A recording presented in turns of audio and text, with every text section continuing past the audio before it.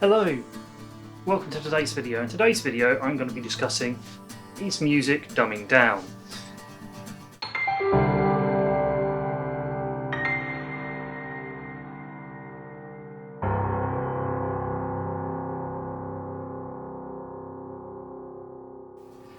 So I pilfered this idea from other YouTubers I've seen, which is great, given a little presentation. Today I'm going to talk about whether music is dumbing down as a whole, or whether it's still as good as ever and still as complex and varied as ever.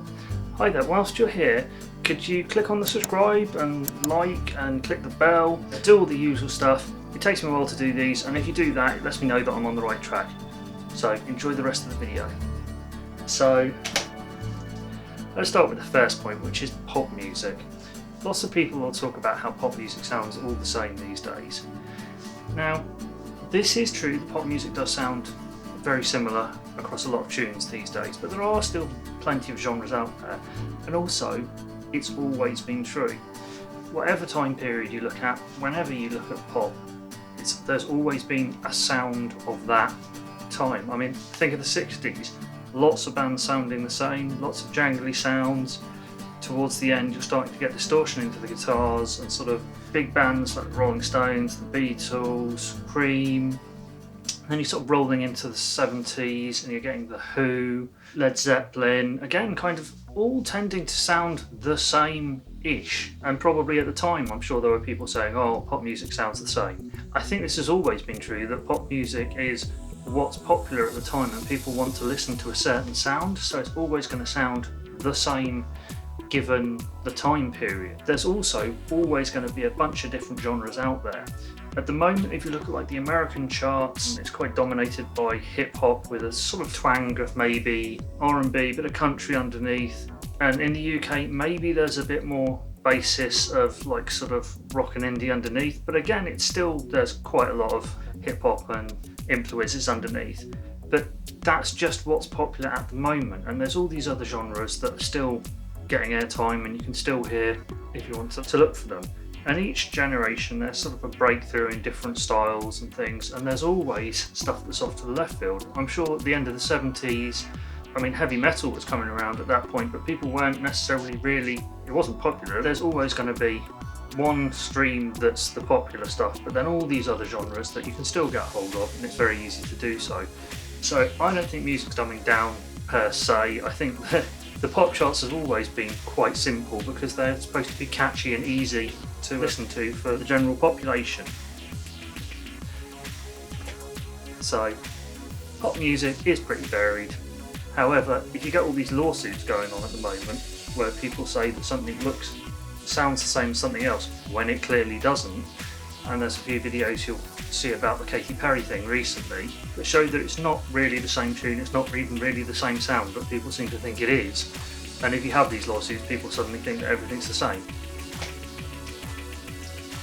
Now, another thing I've seen recently is about film scores and that they're dumbing down.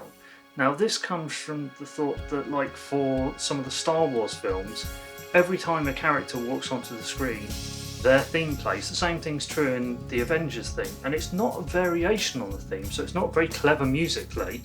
It's literally just that little riff of their theme song. Now that is pretty dumb scoring, it has to be said. That's not a very good way of doing orchestral scoring. There are plenty of ways you can do to sort of introduce thematic music in film scores. You've got a whole orchestra behind you, so why play it on the same instrument every time when you could bring the theme in like some of the high-pitched instruments? Maybe, you know, if the main theme's played on the brass or something, why not play it in the string section if you're trying to give the impression that someone's coming? Or maybe even just something like a piccolo solo over the top to give you a hint, or it could be in the bass underneath something else showing you that someone's coming in.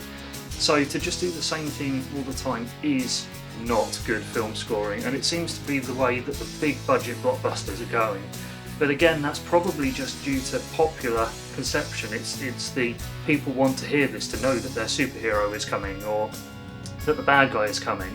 There are clever ways of doing this, and it is being used in a lot of other scores, especially not the huge, big sort of Marvel or Star Wars type blockbusters. You get the better scores in some of the smaller independent films where it's less obvious and they put more effort into it.